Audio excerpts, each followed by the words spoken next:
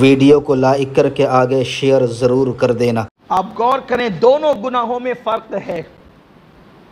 اگر گناہ کے اڈے پہ جا کر کوئی گناہ کرے تو جتنی دیر تک وہ گناہ کے اڈے پہ رہے گا اتنی دیر تک وہ گناہ کرے گا، مگر جو گھر کو گناہ کا اڈا بنائے پھر تو اس کو گناہ سے کس وقت چھٹی ہے، اس وقت اسے کب گناہ سے فرصت ہے۔ ہم نے اپنے گھر کو گناہ کا اڈا بنایا۔ پہلے حال یہ تھا کہ اگر کسی کے گھر میں آ کر کوئی جمائی لے لیتا تو اس کو برا لگتا تھا، کہیں اس کی جمائی کی وجہ سے میرے گھر میں نحوست تو نہیں آ جائے گی۔ حالانکہ یہ تہمات پرستی میں سے ہے، میں اس کی تائید نہیں کر رہا ہوں، لیکن میں سوچ بتا رہا ہوں، فکر بتا رہا ہوں۔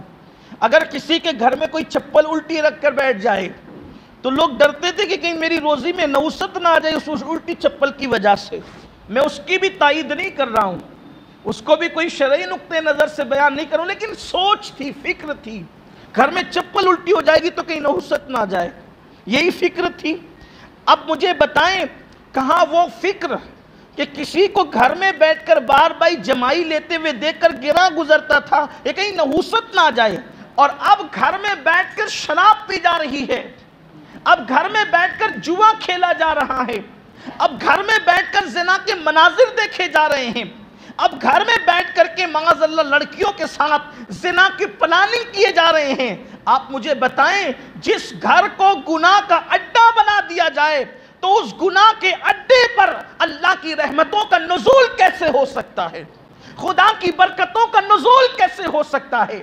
میرے پیارے آقا صلی اللہ علیہ وسلم کے پیارے دیوانوں، قدرت نے لاک ڈاؤن میں مسجد کے دروازے بند کرا کر مسلم امہ کو یہ خاموش پیغام دے دیا، ہم بے نیاز ہیں اور ہم غیرت والے ہیں، یہ مت سمجھنا کہ تمہارے سجدوں کی وجہ سے ربوبیت ہے، کوئی سجدہ نہ بھی کرے گا تو بھی ہماری شان وہی ہے جو کل تھی، اس کی شان میں کیا فرق آنے والا ہے۔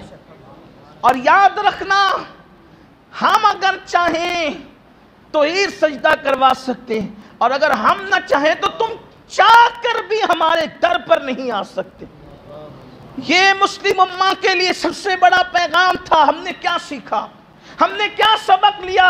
میرے پیارے آقا صلی اللہ علیہ وسلم کے دیوانوں، اچھی طرح یاد رکھو، وہ اور لوگ ہوں گے جہاں محتاجی ہے، میرا اللہ کسی کا محتاج نہیں ہے۔ جب کوئی سجدہ کرنے والا نہ تھا تو ہر اپنی شان کے ساتھ وہ رب تھا، اور جب کوئی نہ رہے گا تو بھی وہ اپنی شان کے ساتھ رب رہے گا۔ وہ محتاج نہیں ہے، لیکن محتاج تو ہم ہیں۔ ہم نے کیا سبق لیا؟ کل جیسے تھے ویسے آج بھی ہم اپنے آپ کو کب بدلیں گے، کب تبدیل کریں گے؟ تو یاد رکھیں، جن گناہوں کی دلدل میں ہمیں پھنسا کر اس راستے سے روکا جا رہا ہے جو ترقی کا راستہ ہے، جو کامیابی کا راستہ ہے، جو عروج کا راستہ ہے، اس لیے کہ لوگوں کو ہماری صلاحیتوں سے خوف ہے، اور وہ صلاحیتوں کا اظہار ہم سے نہ ہو۔ ہمارے دل اور دماغ کو دونوں کو معاف کرنے کے لیے، ہمارے دل اور دماغ کو جو اس طرف کام کرتا ہے ترقی کی طرف روکنے کے لیے، ہمیں شراب اور جوے کے اندر جو ہے وہ ڈھکیلا جا رہا ہے، اور تیزی کے ساتھ ہم فلموں کی بنیاد پر، سیریلوں کی بنیاد پر، ناولوں کی بنیاد پر جوے اور شراب کی طرف جا رہے ہیں۔ جوے اور شراب میں مبتلا ہونے والی قوم کبھی ترقی نہیں کر سکتی۔ قرآن کہتا ہے جو جوے اور شراب سے رکے گا، جو جوے اور شراب سے رکے گا کامیابی اس کو ملے گی۔ قرآن کہتا ہے یا ایھا الذین آمنوا، اے ایمان والو، انما الخمر والمیسر والانصاب والازلام رجس من عمل الشیطان فاجتنبوا لعلکم تفلحون۔ ایمان والو، شراب اور جوے سے بچو، شراب سے بھی بچو اور جوے سے بھی بچو، اور پھر فرمایا بت پرستی سے بھی بچو، یعنی شرک سے بھی بچو، پاسے سے بچو، شرک سے بچو، شراب سے بچو، جوے سے بچو۔ فرمایا فَاجْتَنِبُوا لَعَلَّكُمْ تُفْلِحُونَ، جو اس سے ان کاموں سے بچے گا اللہ اسے کامیابی عطا فرمائے گا۔ پتہ چلا کامیابی اس کو ملنی ہے جو شراب اور جوے سے بچے اور شرک سے بچے. اور اللہ تعالیٰ نے شرک کے ساتھ جوے اور شراب کا تذکرہ فرمایا, بت پرستی کے ساتھ جوے اور شراب کا اور پھر اس کام کو کیا کہا؟ اس کام کو اللہ تعالیٰ نے انسانی, یہ کام انسان نہیں کرتے, یہ کام اللہ نے فرمایا رجس من عمل الشیطان, یہ ناپاک کام شیطان کے ہے. شیطان مت بنو. انسان کا کام نہیں ہے شراب پینا, انسان کا کام نہیں ہے جوا کھیلنا, نشہ کرنا انسان کا کام نہیں. قرآن کہہ رہا ہے رجس من عمل الشیطان, یہ ناپاک کام شیطان کے کام ہے. تم کہاں شیطان بننے چلے؟ تم تو انسان ہو, وہ انسان جس کو ملائکہ نے سجدہ کیا ہے, وہ انسان جس کے سر پر کرامت کا تاج رکھا گیا ہے, وہ انسان جس کو یا ایھا الذین آمنوا کا خطاب عطا کیا گیا ہے. ہم شیطانی کام کرنے چلے, اور شیطانی کام کرو گے تو کبھی کامیابی میسر نہیں آئے گی.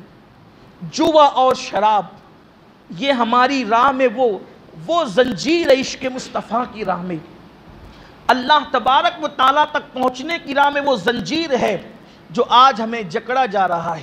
اور اس کا اتنا اشتہار اور اس کا اتنی تشہیر کی جا رہی ہے کہ میں سمجھتا ہوں کہ کہیں نہ کہیں کوئی نہ کوئی اس لعنت اور بلا میں گرفتار ہوتا جا رہا ہے. الگ الگ گیمز ہر دن موبائل کے اندر آ رہے ہیں, اور ہمارے نوجوان ان گیمز کے ذریعے سے جوے کا شکار ہو رہے ہیں. یاد رکھنا, یہ موبائل پر اگر بات کریں تو یہ بات کرنے کے لیے موبائل ہے, پھر اس میں مووی دیکھیں تو پھر یہ موبائل اس وقت موبائل نہیں رہ جاتا جب ہم مووی دیکھتے ہیں, پھر یہ فلم دیکھنے کا آلہ بن جاتا ہے. اور اگر اس کے اندر کوئی قرآن شریف کی تلاوت کرے تو پھر جب تک اس کی اسکرین پر قرآن ہے تو گویا کہ وہ مصحف قرآن کا حصہ ہو جاتا ہے. اور اگر اس کے اندر اس اسکرین پر کوئی جوا کھیلے تو پھر وہ جوے کا آلہ بن جاتا ہے. اور کوئی بندہ جوے کا آلہ, جس پر جوا آلہ کہتے ہیں, اس چیز کو جس چیز پر وہ کام کیا جاتا ہے, تو جو بندہ جوے اس اسکرین پر جوا کھیلے تو پھر وہ جوے کا آلہ اور وہ جوا کھیلنے کی چیز بن جاتا ہے. اور امام غزالی حجت الاسلام رحمت اللہ تعالی علیہ لکھتے ہیں کہ جس نے جوے کا آلہ یعنی جس پر جوا کھیلا جاتا ہے اس جوے کے آلے کو اپنے ہاتھ میں لیا تو قیامت کے دن وہ اس انداز سے اٹھے گا کہ اس کے ہاتھ سور کے خون میں رنگے ہوئے ہوں گے. حجت الاسلام امام غزالی نے یہ بھی بیان فرمایا کہ اگر کوئی جوا کھیلے تو وہ قیامت کے دن اس حال میں اٹھے گا کہ اس کے ہاتھ سور کے خون میں رنگے ہوئے ہوں گے. تھوڑی دیر کے لیے ذرا توجہ کریں. ممکن ہے یہ بات آپ نے سنی ہوگی, بار بار سنی ہوگی, لیکن تھوڑی سی آج توجہ چاہتا ہوں. کون نہیں چاہتا کہ عالم دین آئے تو مصافحہ کریں؟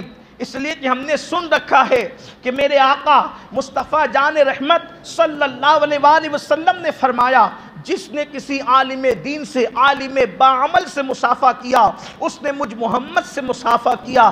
جس نے کسی عالم باعمل کی اقتداء میں نماز پڑھی گویا اس نے مجھ محمد کی اقتداء میں نماز پڑھی صلی اللہ علیہ وآلہ وسلم.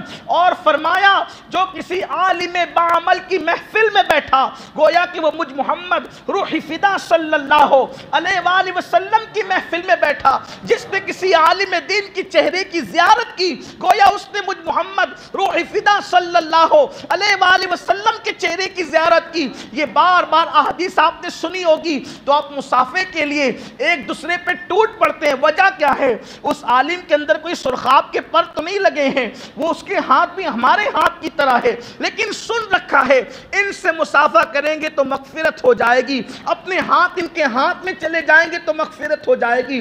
بلکہ عالم باعمل کے ہاتھوں کے ہاتھ میں ہاتھوں میں اپنے ہاتھ دینا کتنی سعادت کی بات ہے۔ ایک شخص نے کئی لوگوں کا قتل کیا اور قتل کرنے کے بعد اس کی موت کے بعد اس کو جنت میں دیکھا گیا۔ ایک بادشاہ کو، اس کا نام نہیں لینا چاہتا، بادشاہ کو جنت میں دیکھا گیا تو پوچھا کہ بات کیا ہے، آخر تو بخشا کیوں گیا؟ تو کہا ایک مرتبہ حضرت سیدنا امام حسن بصری سے ملاقات ہوئی، میں نے ان کے ہاتھوں کو اپنے ہاتھ میں لے کر چوم لیا، بس اسی کے صدقے اللہ نے میری مغفرت فرما دی اور مجھے جنت میں یہ مقام عطا فرما دیا۔ قوم کو پتا ہے، اس لیے دوڑتے ہیں، بھاگتے ہیں، ایک دوسرے پہ سبقت کرتے ہیں۔ میرے آقا صلی اللہ علیہ وسلم کے دیوانوں، مصافحہ اسی لیے کر رہے ہو نا، رنگ کیسا ہے، کلر کیسا ہے،